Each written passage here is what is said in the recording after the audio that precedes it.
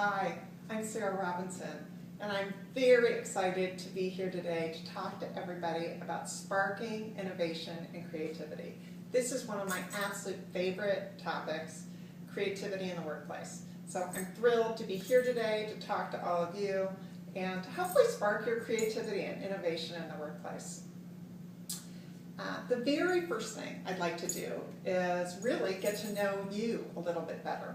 We're going to be spending a few hours together, and it really helps me to hear a little bit about you, where you come from, and what you're doing here at this great organization. So what I'd like everyone to do is go around, introduce themselves, let me know how long they've worked for the organization, what department you work for, and if you have a fun fact about yourself, if you wouldn't mind sharing that, I think that'd be fun as well. So I'll start. Again, I'm Sarah Robinson. I've been doing trainings like this for 18 years, and this is really one of my absolute favorite topics. I think it has a huge impact on the organization, and I'm excited to get started today. The fun fact that I have about myself is that actually I won a blue ribbon in the Indiana State Fair with my banana bread.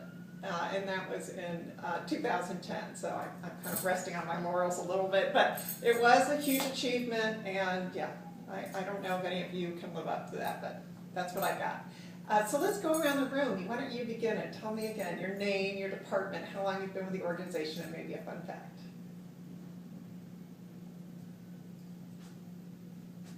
Okay, great. It's wonderful to hear from all of you, and also to realize that we have so many different types of people from different organizations here today. That's really the very beginning of creativity. The idea of getting people with different backgrounds, with different interests, all working towards the same goal.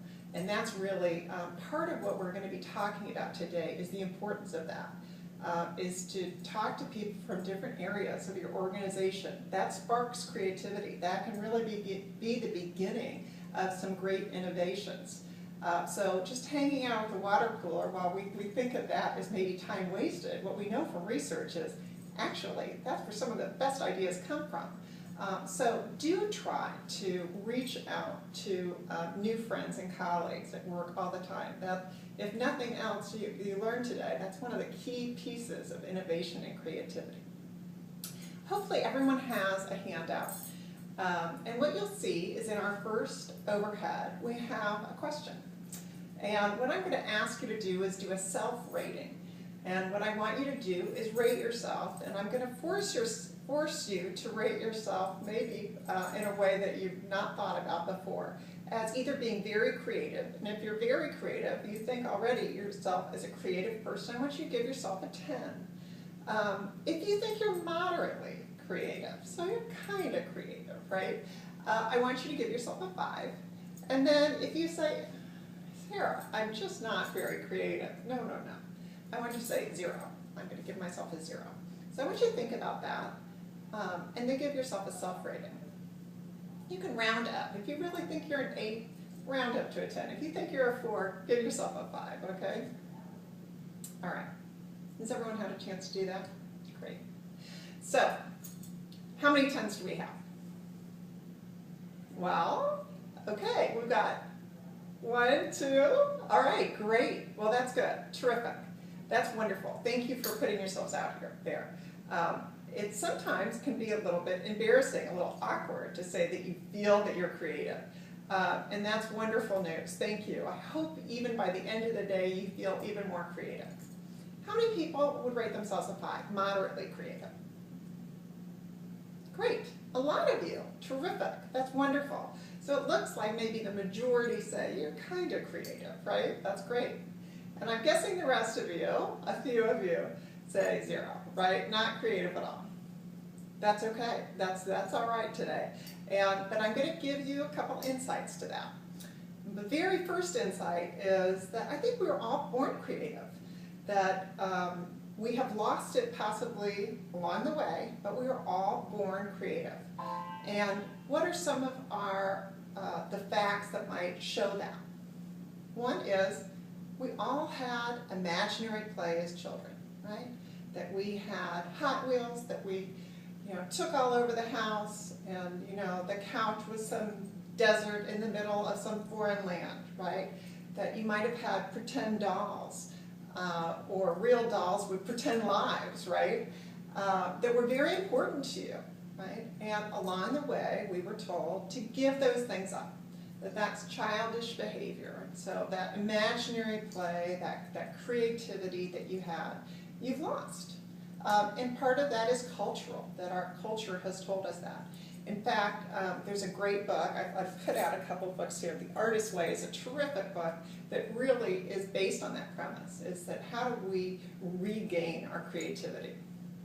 Now the second thing I want to pose is creativity is actually a muscle.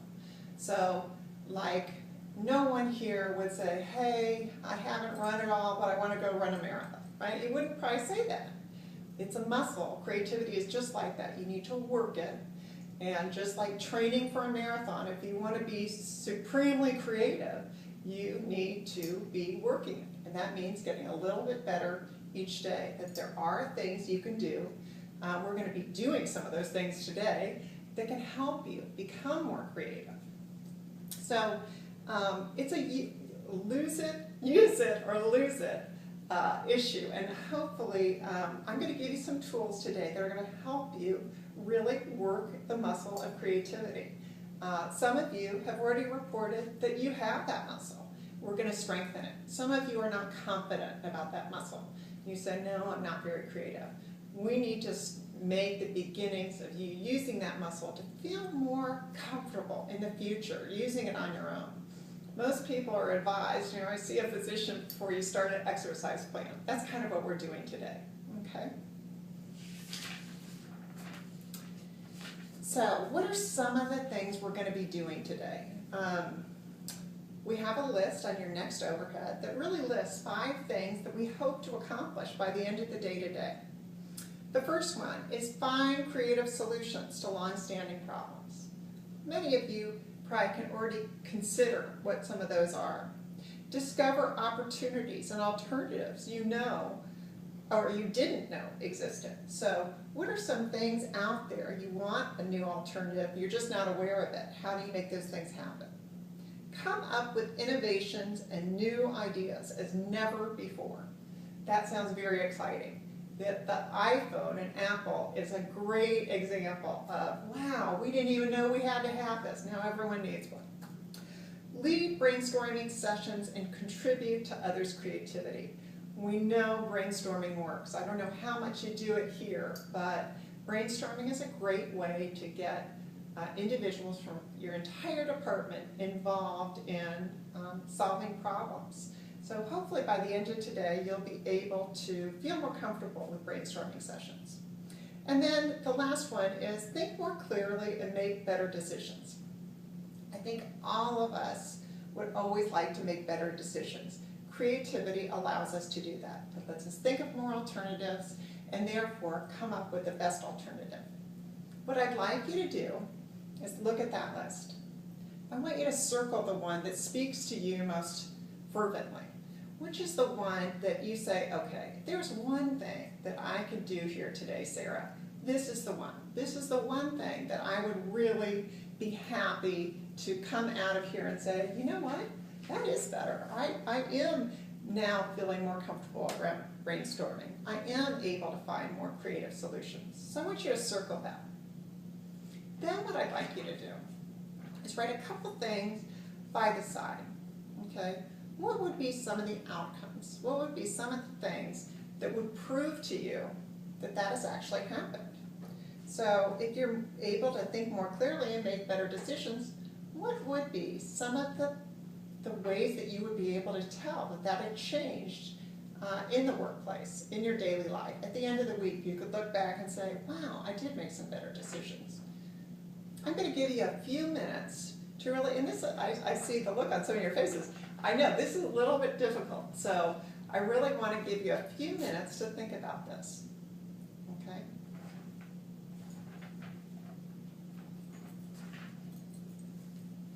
Great. It looks like most of you are done, okay? What I'd like to do is now for you to pair up with somebody next to you. And I actually want you to share which of these 5 outcomes that we're talking about as being, outcomes for the end of the day, which of those you circled, and then what are some of the things that you'd like to see as results from them. This is called Think, Pair, Share. And what this helps you to do is, one, get a little bit more comfortable with an idea, pair with somebody else and actually understand, oh, they have similar or even just different problems, and that'll spark some more thinking. And then by really sharing together, you come away with having either your issues become more clarified in your own mind, right, or understanding somebody else's issues also can see maybe new avenues for this for you. So what I'm going to do is ask you just to look to your left and right so you guys can be together. Okay? It looks like everyone has a pair. We can have one group be a threesome. Okay, terrific. I'm going to come around as you're talking and just make sure everyone doesn't have any questions and see how that's going. And we're going to take a couple minutes just to do that.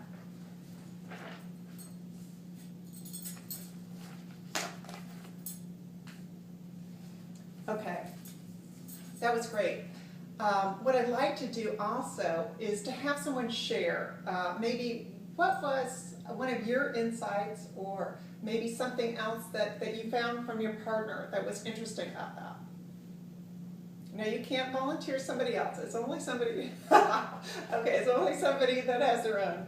Yeah, that's what happens here. If you volunteer somebody else, then I make that person go. Okay, terrific. All right, thank you.